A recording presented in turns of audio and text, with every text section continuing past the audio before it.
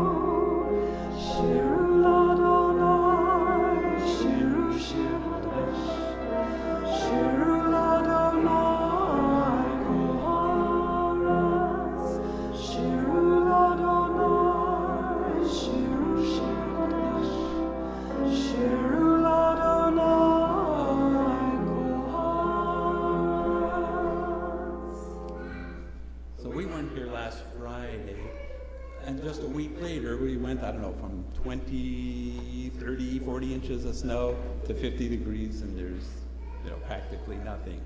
But the only consistent that we can count on is Phil. Thank you for joining us again this Friday night. We'll continue on page 634, Maya Fe Hayom, at the bottom of the page.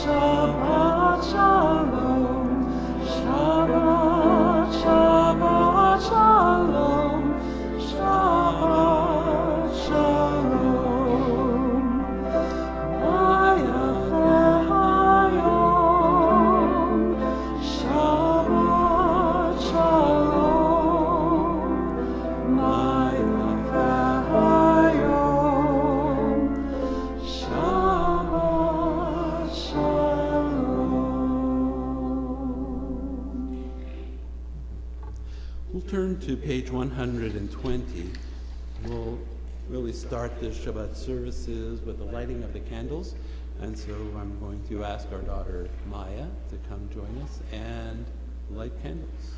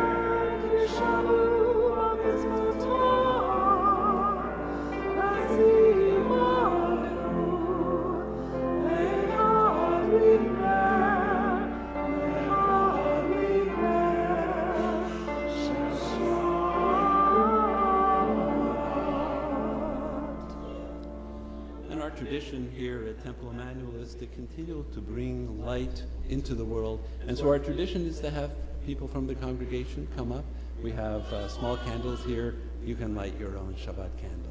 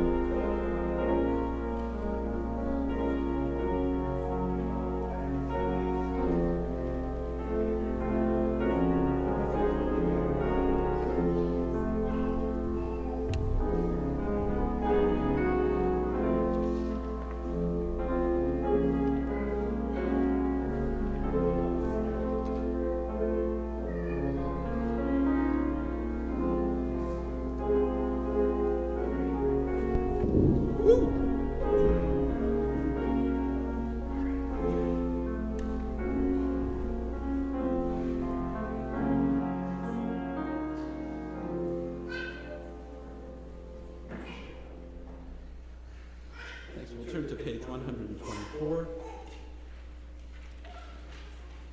And we're going to take a look at the second reading on the bottom of the page, and we'll read this together. May the door of this synagogue be wide enough to receive all who hunger for love, all who are lonely for friendship. May it welcome all who have cares to unburden, thanks to express, hopes to nurture. May the door of this synagogue be narrow enough to shut out pettiness and pride, envy and enmity. May its threshold be no stumbling block to young or straying feet.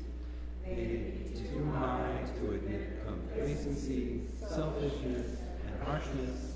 May the synagogue be, for all who enter, the doorway to a richer and more meaningful life. I will continue on page 127. We'll read the second reading on the bottom. We give thanks to God. I'll read the first two lines, and then we'll read the last four lines together. We offer thanks, O God, for this Shabbat, which unites us in faith and hope. For Shabbat holiness, which inspires sacred living. For Shabbat memories, glowing even in darkness. For Shabbat peace, born of friendship and love. We offer thanks and blessing. Well, this seems like a good time to stop and think about the blessings we have received and what we are grateful for. This Thanksgiving weekend, I think I'm going to come around with a microphone and raise your hand if you have something that you're thankful for, that you would like to share with the temple members and people streaming, things that have happened, you're thankful or grateful for the past week or over this past year. Of course, we are thankful and grateful that our children are both here, our son and daughter, for our Thanksgiving weekend. So I have a microphone. If somebody wants to raise your hand, I'll give you a minute to think.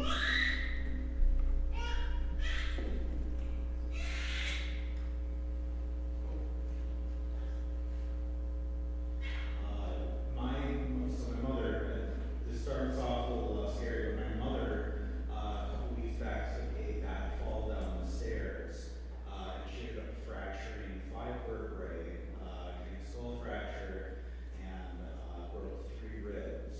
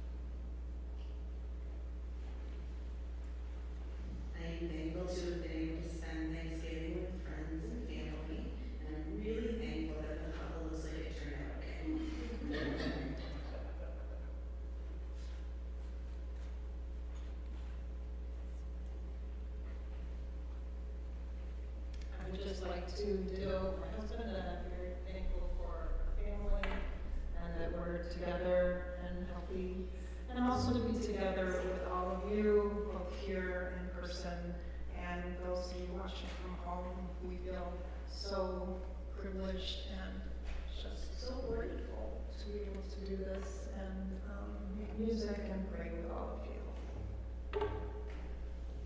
Thank you.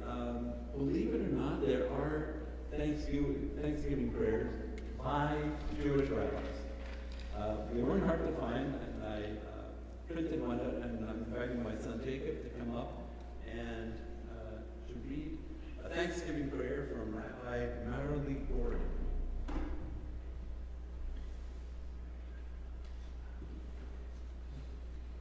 In this moment, mindful of our many blessings, may we form an intent to carry gratitude with us continually.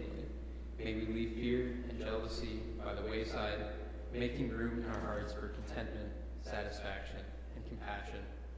May we start each day counting our blessings, blessings of being alive, the many miracles of the living world we are one with, the ability we possess to love and to be loved, the many gifts and talents we have been graced with, the support we receive, and the support we are able to extend. May our gratitude lead to action. May we express our gratitude. May we smile when we encounter each other on the path. May we seek opportunities to share our talents with others. May we express our love to one another. May we give with no expectation of receiving. May we seek to repair what is broken. May we end each day counting the day's blessings, those we have received and those we have bestowed. May we be a blessing.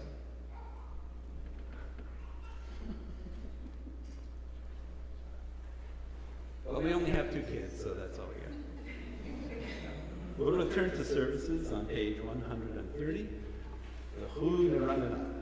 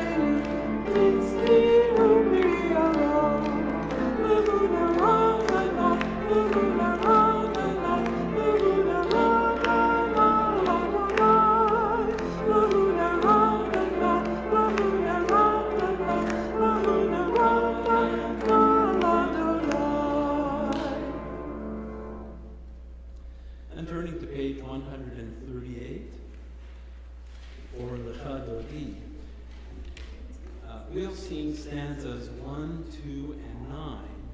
This poem was originally written by a 16th century Kabbalist who compared the Sabbath to a beautiful bride. And so at the end of the 9th stanza, we'll rise and face the doorway. At the beginning of the 9th stanza? At the beginning of the 9th stanza. Okay, that's one. We'll rise and we'll face the doorway. We'll bow in order to welcome in the presence of the Sabbath bride.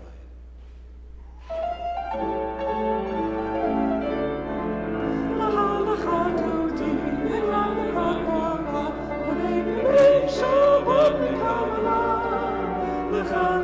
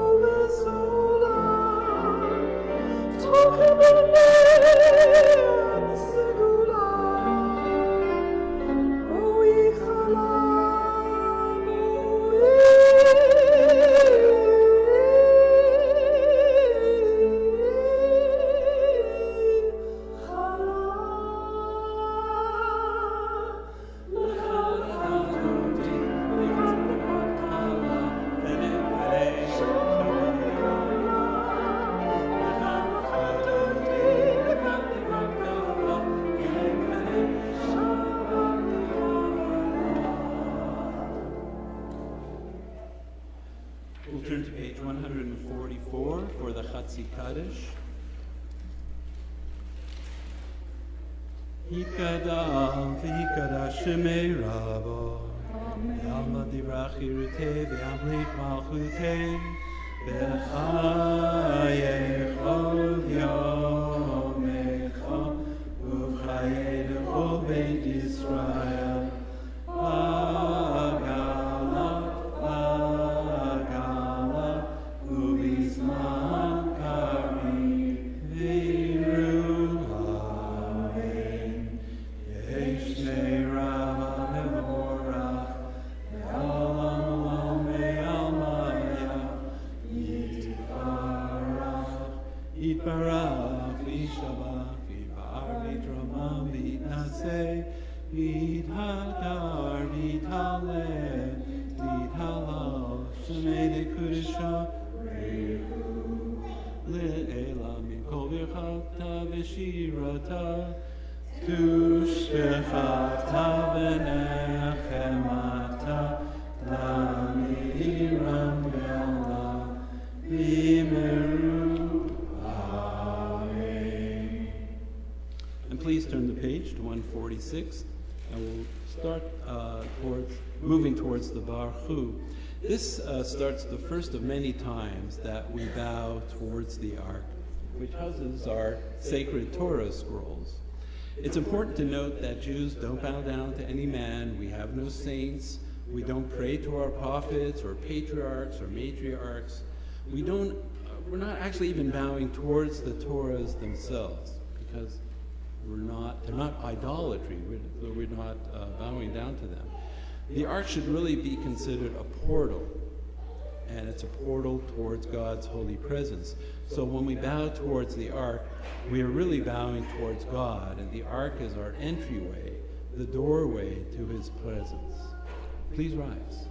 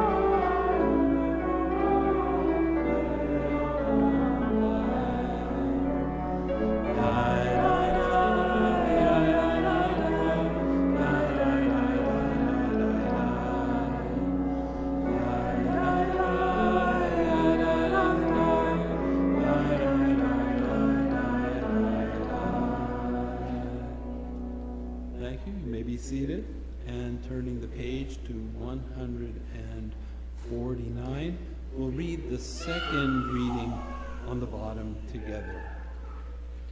This is an hour of change.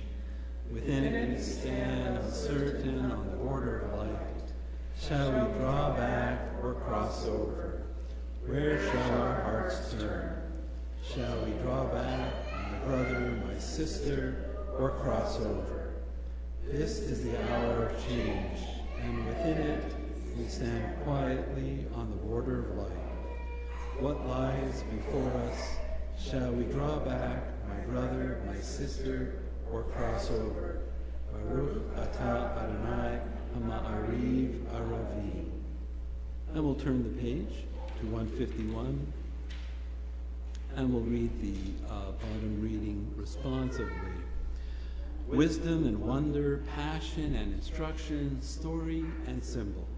All these things your Torah relates to us. And the more we devote ourselves to it, the more it grows and gives. What would be a truer token of your love Than this holiest of your words and the living language that it gives it form. Baruch atah Adonai Ohev Amo Yisrael. And please turn the page and stand for the Shema, the declaration of our faith.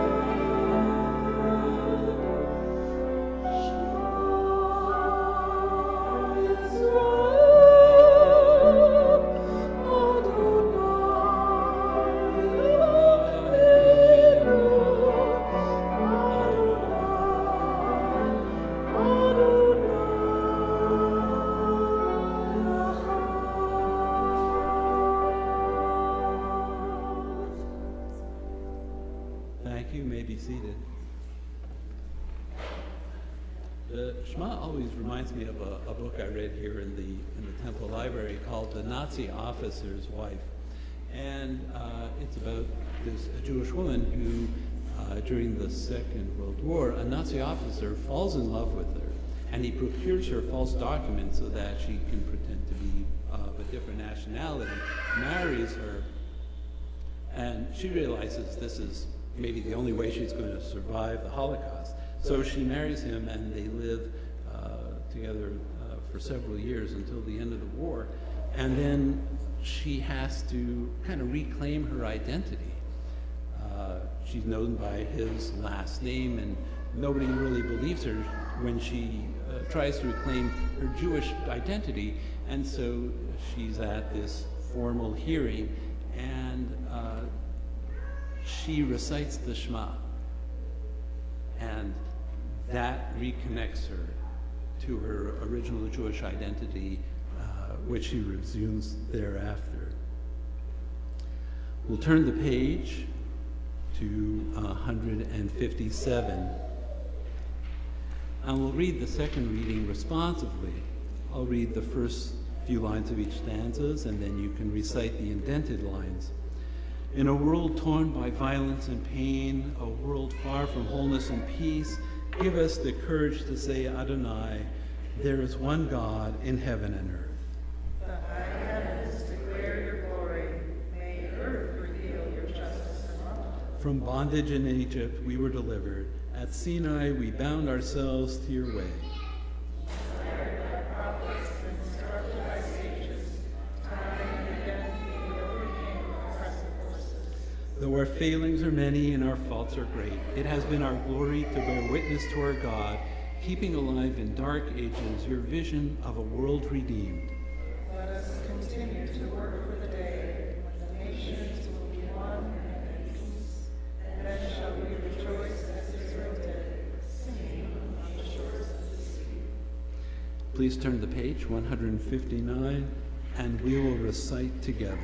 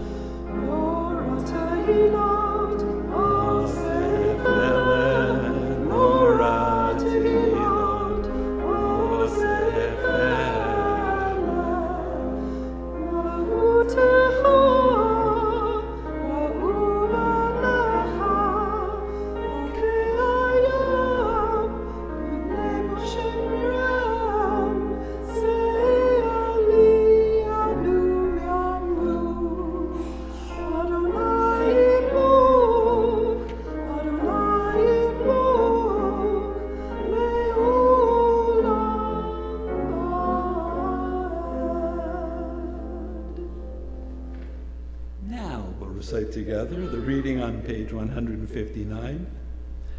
Sing the song of men and women, join in understanding and respect, the song of God's miracles, an earth protected and cherished, a gift for our children and the generations to come, the song of a land once ravished by war, now quiet and content, her soldiers home to leave no more, the song of a world redeemed, the song of peace. Please turn the page, 161,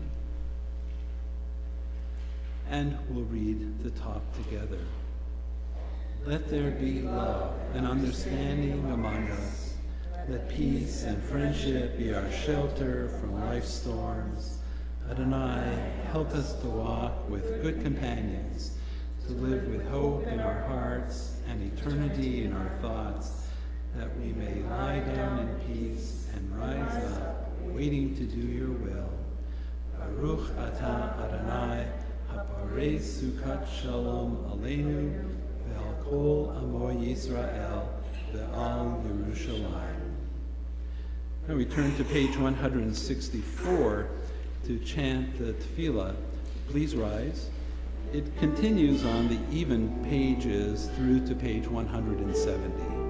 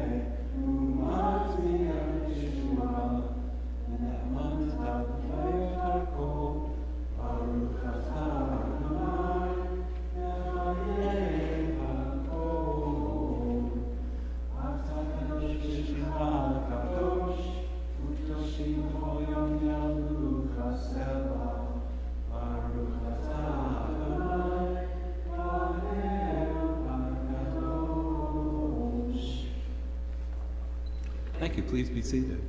And we'll turn to page 173 and we'll read the bottom selection responsively. Disturb us, Adonai, ruffle us from our complacency, make us dissatisfied with the peace of ignorance, the quietude which arises from a shunning of the horror, the defeat, the bitterness, and the poverty, physical and spiritual, of humans. Shock us, Adonai, deny to us the false Shabbat, which gives us the delusions of satisfaction amid a world of war and hatred. Wake us, O God, and shake us from the sweet and sad poignancies rendered by half-forgotten melodies and the rubric prayers of yesteryears.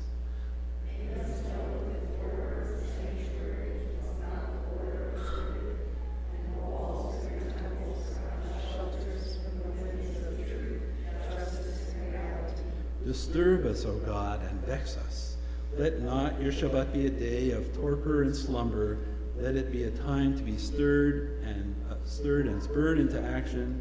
And together, Baruch atah Adonai, Mekadesh Shabbat. Please turn to page 179.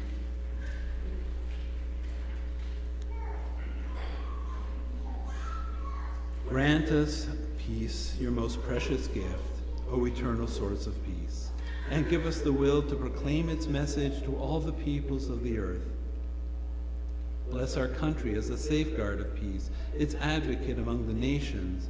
Make contentment reign within our borders, health and happiness within our homes. Strengthen the bonds of friendship and fellowship among all the inhabitants of every land. Plant virtue in every soul. And may the love of your name hallow every home and every heart. Praised are you, Eternal One, who blesses our people with peace. Baruch atah Adonai, hamvarech et amo Yisrael b'shalom. And now we sing Shalom Rav on page 178.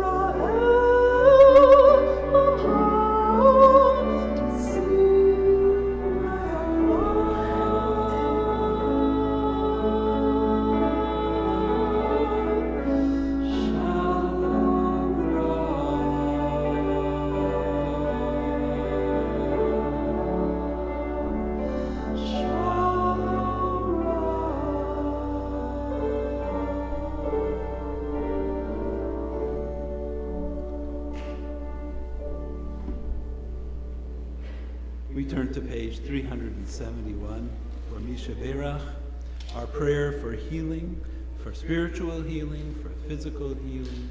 We pray for ourselves and for others you may be holding in your hearts.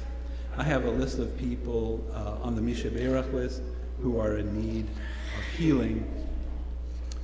And so we think of in our hearts of for Bert Gerards, Danny Richmond, Connor Brom, Robert and Rose Malport, Shannon Hughes, Jack and Marina Luber, Lawrence Krause, Shirley Lewis, Adam Isaac, Arlene Posant, Lisa Javery, Nelson and Eve Ryder, Stephen Ryder, Rivka Hodgkinson, Doug Boos, Matthew Smith, Matthew Chessman, Brooklyn Gottlieb, Kevin Sendera, Denise Kaplan, Joy Enoch, Mort and Peg Finkelstein, Mindy Kahn, Don Goodman, Bill Goodwin, Sharon Corris, Marcia Margolis, Heather Van Wormer, Margaret Wiko Chaya, Joan Solomon, Alan Schaefer, Alicia Raphael Bat Yehudit, Brad and Jeannie Friedland, John Jopi, Patrick Sweeney, Pam Plotkin, Ruth Oppenheimer,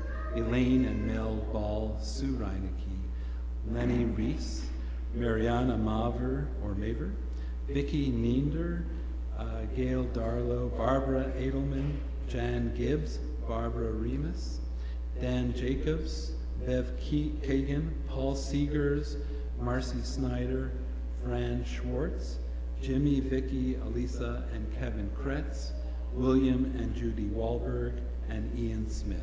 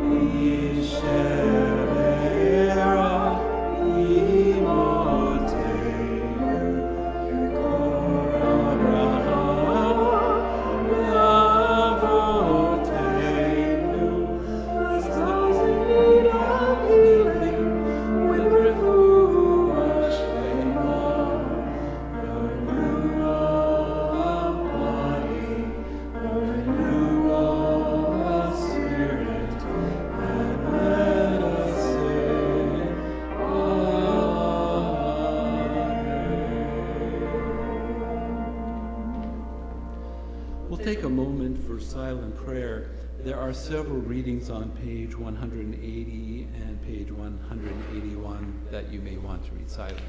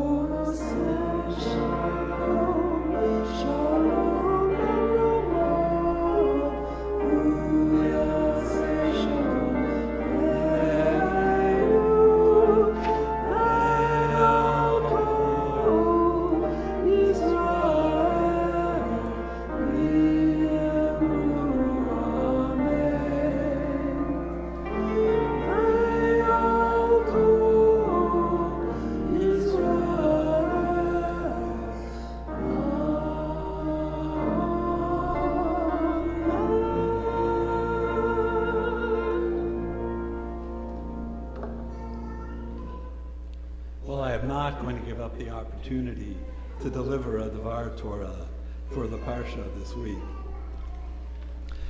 This week's Parsha, Toldot, tells us a story of two brothers, Jacob and Esau, the sons of Isaac and Rebekah. Esau, the firstborn, ruddy, hairy, a hunter, very different from his fraternal twin, Jacob, described as smooth-skinned and sensitive tent dweller. This is really all the description that we get about them from the Parsha. However, the story of the twins and their family is one of greed, ambition, and deceit. We know from our own childhood biblical stories that Jacob will eventually become the third patriarch, and so the Torah commentators over the centuries invented a false narrative in their quest to reshape Jacob into having only positive attributes, and therefore Esau can only have negative attributes. They create this false polarity, this dichotomy, with Jacob at one end and Esau at the other end.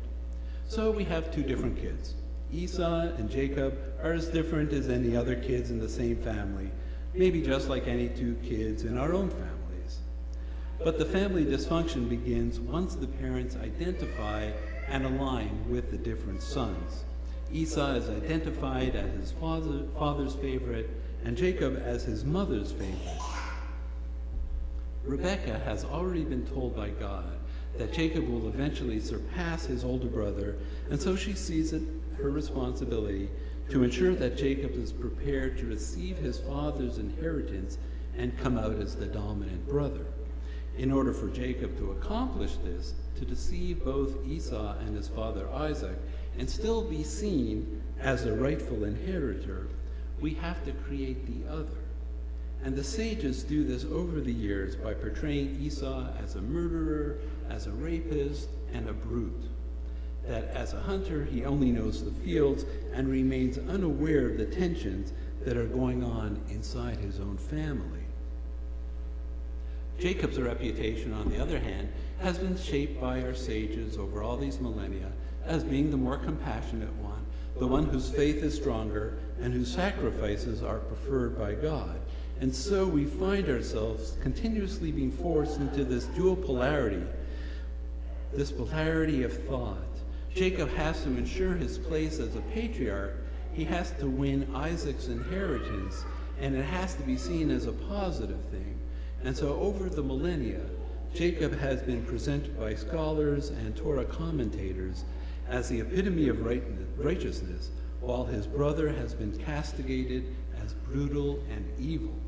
For Jacob to be seen and recognized as good and deserving, Esau has to be identified as evil and undeserving. But we don't really see this in the actual text. We do know that Jacob deceives his brother Esau into selling him his birthright for a pot of lentils when Esau returns from the hunt and is dying of hunger, but we end up justifying that behavior as preordained. Usually, the firstborn son would be the one who receives the blessing and the birthright, the majority of the inheritance, the flocks, and the land. We are instructed to look past Jacob's behavior when he is deceitful towards his brother, because we already know how this story ends. What is also evident in this parsha is the reenactment of Abraham's own generational break with tradition. Abraham has two sons, Isaac and Ishmael, both of whom are destined to become the heads of their own kingdoms and their own countries. And although Ishmael is the firstborn, Abraham selects his younger son, Isaac, and sends Ishmael and his mother into the wilderness to die. And here we see that this next generation is repeating the same family dysfunction. Just as Abraham abandoned his oldest son Ishmael in favor of Isaac, Isaac will now do the same. He will abandon his oldest son Esau in favor of his younger son Jacob. And just as Sarah had pushed Abraham into sending away Ishmael, now Isaac's wife Rebekah plans for Jacob to deceive his father and to receive Isaac's blessing instead of Esau by dressing Jacob in Esau's clothing and pretending to be his older brother. There is a question as to whether Isaac recognizes that he is being deceived, but decides to go along with the deception anyway. Maybe he's recognized that Esau is not going to be an effective leader to take over his flocks and his clan and his family, and so he ends up blessing Jacob. Of course, when Esau returns and finds out that his birthright has been stolen, he is murderously angry. And when Rebekah hears that Esau is planning to murder Jacob, she and Isaac send Jacob away to her uncle's house to live and to take a wife from her uncle's family to keep him far away. And so, as the Parsha ends, we get to see the consequences of Jacob's deceitfulness to his father, even though God has selected Jacob to continue the lineage and become the next patriarch. The brotherhood and any friendship between Jacob and Esau is broken. The decades of sibling rivalry and parental favoritism has reached its conclusion. This doesn't leave us in a very hopeful place. When the Parsha ends, Jacob has left Esau enraged, and Rebekah and Isaac are fearful for Jacob's life. And so the false dichotomy that I started to describe at the beginning isn't a product of the text itself, but the interpretation of the text over the centuries. What we have come to realize in the error of this dichotomy is that Jacob cannot be all good, and that Esau cannot be all bad, just to satisfy the selection of Jacob as the next patriarch. As we read the Parsha in our own era, we recognize that Jacob and Esau do not behave as cartoon characters, all good or all bad. At this time, we recognize that both Esau and Jacob are completely capable of both good and evil intentions, that the truth of personality means that we are all capable of both good and evil, and not defined by just one end of the spectrum. And at the end of the Parsha, this biblical family has been broken. But even though the Parsha ends here, the story of Jacob and Esau continues. So what I'd like to do is jump ahead 4 chapters to the next and final meeting between Jacob and Esau. 20 years have passed, and both brothers have developed into powerful kingdoms, wealthy kingdoms, and now they are finally going to meet. And justifiably, Jacob is concerned that Esau is still furious with him and may try to kill him. But then, when they finally meet, these two men in their 60s, Esau falls upon Jacob and weeps. Esau has forgiven Jacob for deceiving him, for stealing his birthright, and the man that we had identified as evil has demonstrated that he is able to express his full self, not only his strength, but also his compassion. And Jacob has also been transformed. He has moved away from deceit and subterfuge to humility. So what does that mean for us? It means that we have the responsibility and the opportunity not to see ourselves as all good and others as all evil. There are plenty of relationships where it's easy to create the same false dichotomy between ourselves and others who may not hold our strong beliefs. There are always news stories and social media posts that try to portray us as being in separate camps too far away to reach. It may be too easy to believe that we are just and right, and they're just wrong. It can be too easy to deny others their full humanity and believe that they lack moral perspective. Just like Jacob and Esau, our responsibility is to reach across these gaps, if possible, with strength and compassion, humility and forgiveness, and not to wait 20 years to do so. Amen.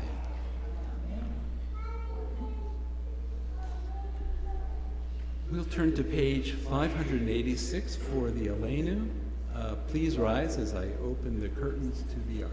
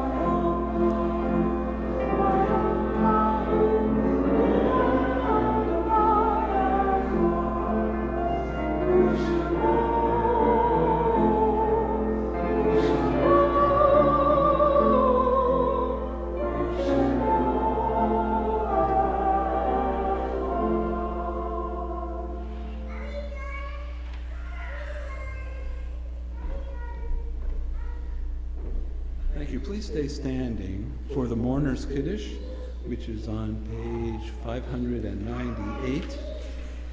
I have a list of people whose yahrzeit, the anniversary of their passing, is this week. We also have shloshim for Barbara Robinson, who passed away within the past month. Those who have yahrzeits this week are Melvin Edelman, who was the brother of Gary Edelman, Paul Krenka Sr., the father of Joe Krenka, Elizabeth Klug Evans, the mother of Mary Schwass, Bertha Greenbaum, the great aunt of Jean Silbar and Ann Tarr, Sylvia Klein, the mother of Bruce Klein, Charles Cutton, the brother of Harry Cutton, Harriet Mark, the mother of Kathy Barkin, Roy McKay, the stepfather of Christine Golden, David Silbar, the brother of Jean Silbar and Ann Tarr, Daisy Wheel, the grandmother of Jean Silbar and Ann Tarr, and then just yesterday morning, Nancy Olander passed away, a longtime member, and we share in your family's grief. We think of our loved ones whom death has recently taken from us, those who have died at this season and in years past, and those we have drawn into our hearts with our own, and those who perished in the Holocaust. We say the Mourner's Kiddush together on 598, Yit Gadal v'Yit Kadash Shemei Rabbah, Ve'alma v'Yachutei, Ve'amlik Machutei, V'chai Yechon, V'yom Echon, V'chai Dechol Bit Yisrael, V'agala V'zman Kariv V'Yimru, Amen. Yehi Shmei Rabba Mevorach L'olam Olamei Almaya, Yitbarach V'yishtavach V'yipa'ar V'yitlamam V'yitnaseh V'yitadar V'yitalev V'yitalal Shmei D'Kedusha B'richu Eila Mikol Birchata V'shirata Tushbechata V'nechamata Ta'amira V'alma V'yimru Amen. Yehi Shlama Rabba Mishamaya L'chaim Aleinu Ve'al Kol Yisrael V'yimru Amen.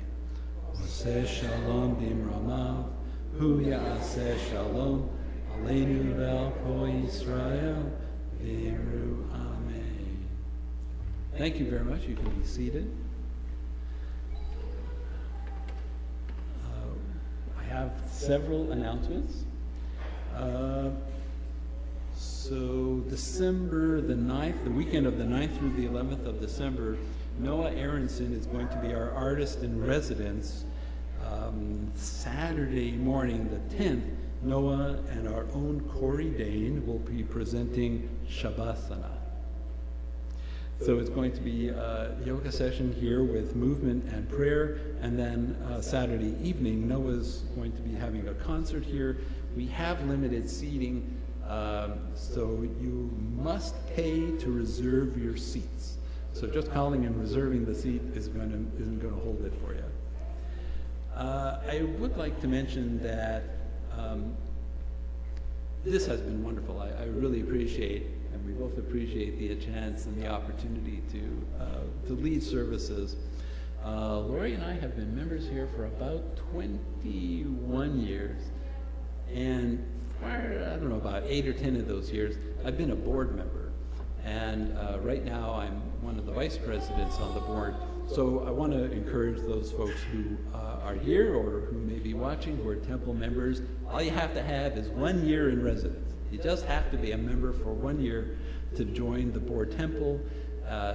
We meet for about once a month for about 2 hours, and it's an important opportunity to take part in the decisions that govern this entire community. So I just want to encourage other people to participate. We're always looking for members and volunteers for the many other kinds of activities that we have in Temple.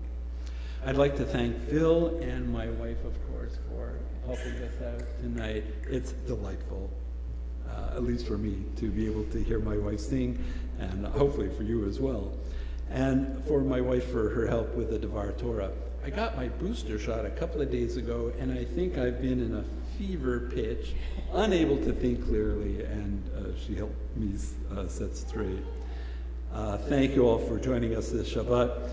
After our last song, we'll have a small oneg in the room, the social hall behind us.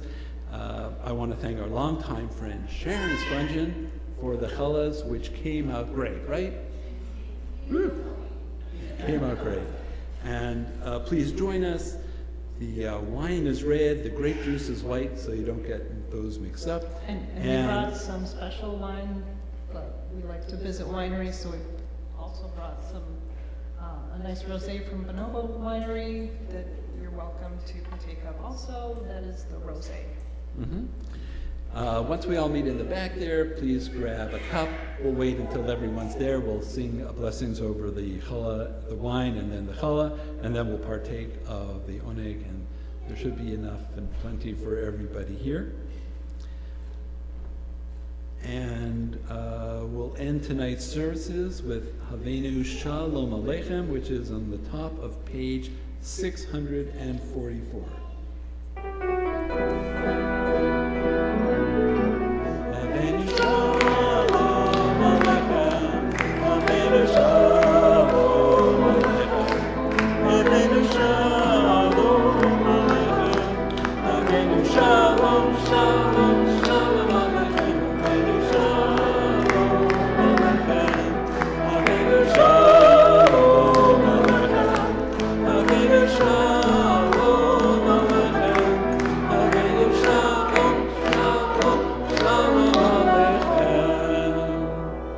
Thank you so much for joining us. We'll meet in the back.